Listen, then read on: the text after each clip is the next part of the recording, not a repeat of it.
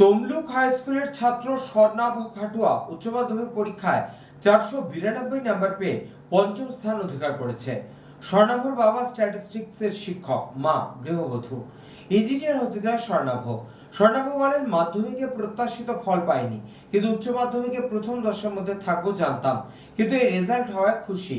বাবা খুব সাপোর্ট দিয়েছিলেন। ইতিমধ্যেই ইঞ্জিনিয়ারিং এর প্রস্তুতিও শুরু করেছেন। তবে ফলাফলের পুরো কৃতিত্ব তার মা, বাবা এবং শিক্ষকদের দিতে চান তিনি। তমলুক থেকে সৌম্যজিৎ চট্টোপাধ্যায়ের রিপোর্ট, চ্যানেল 24/7।